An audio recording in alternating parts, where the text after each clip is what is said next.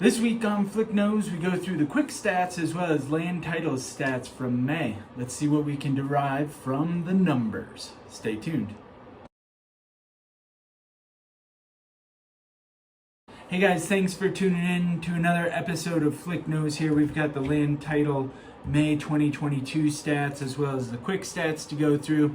It's kind of exciting. Different numbers to talk through than what we've been talking about, like broken record for the last 2 years here.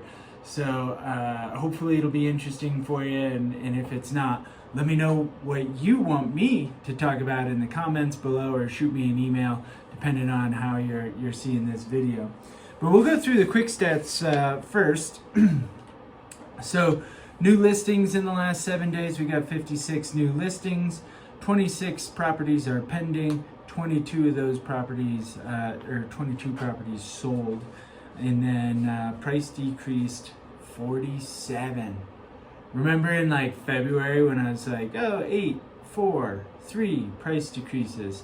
Well, interest rates, I think, have kind of changed expectations, right? Interest rates go up, and that kind of changes the seller's expectations a little bit, and so we're seeing some of those price decreases there. Talking about total properties on the market, there were 816 at the end of May 2022, this last year. June of 21, we were at 827, and today we're at 902. Going back, I was trying to see where that compares to, and I didn't have to go too far, but it was 2018. June of 2018, we ended with about 905 active listings on the market. So, think about where we were 2018, 2019. Very different markets than what we were dealing with in 2020 and 2021. That's kind of what we're looking at. I think a lot of things have shifted right now into that 2018, 2019 type market. That's what we're seeing there. Choices of those 902, all of them are pending except 387. 387 properties to choose from, take a look at, do walkthroughs, write a contract on. So 387 options. I think that we've been begging for inventory, and now we have it. Whether you like it or not, now we have it, right? So here you go. Let's go through the land title numbers here and some interesting stuff, and we'll get into it here. But talking about just May of 2022, land title, they compile from tax recordings and number of recordings from the clerk and recorder. So their numbers delayed a little bit because it takes a while to compile all the numbers. But May 2022, there were 156 transactions. The average residential price was $1.5 million, and that's just in the month of May. So year to date for 2022, the average residential price is $1.3 million, but May was $1.5. Price per square foot about 815 bucks a square foot, and obviously, if you've heard me talk about price per square foot, it's a barometer. It doesn't really tell the whole story, but nonetheless, you can track those numbers, and it gives you some insight into what's going on. Single family homes are up 30%, multifamily up 21%, and vacant land up 26%.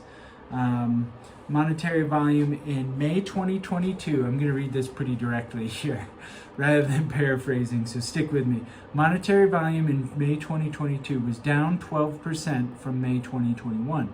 Transactions were down 38% from May 2021. And year to date, 2022 dollar volume is pacing 4% down, and transactions are 33% down year to date from 2021. So, I think a big part of that is interest rates jumping on a little bit on second homes there. And then let's just take a look at average price history. So single family homes, year to date, we're looking at 2.2 million, multifamily 906,000, well really 907, in vacant land 637,000. So those are the numbers there. I'm sorry if I went through those too quickly for you, but depending on what you're looking at, I think that there's some good insight in there. We are going back to a pace of more a normal market, that 2018, 2019. We still are in competitive situations from time to time, depending on the property. We were just in a competitive situation over the weekend for a beautiful property right on the lake. It's very desirable, underpriced, to attract multiple offers. And so, there's kind of a couple of stories out there in the market, depending on where we are. It's very segmented based on whether you can short-term rent or not. And then on top of that, we've got little pockets that are still very competitive.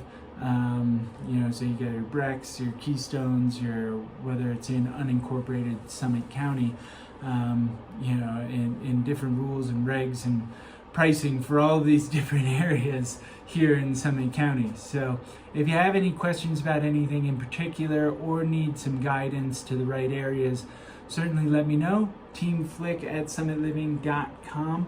We're probably not going to do a Flick Nose next week. We're going to be out of town for part of the week, and so it's going to be hard to get all that done. So if you don't see me next week, we'll see you the week after for another episode of Flick Nose. I'm sure things will be wild and crazy up here in Summit County for 4th of July. A lot of great events with Firecracker 50 and some fireworks and good parades as well. So I hope you're all going to have a great 4th of July. We'll talk to you soon and catch up with you on the next Flick Nose. Have a good one. Thanks.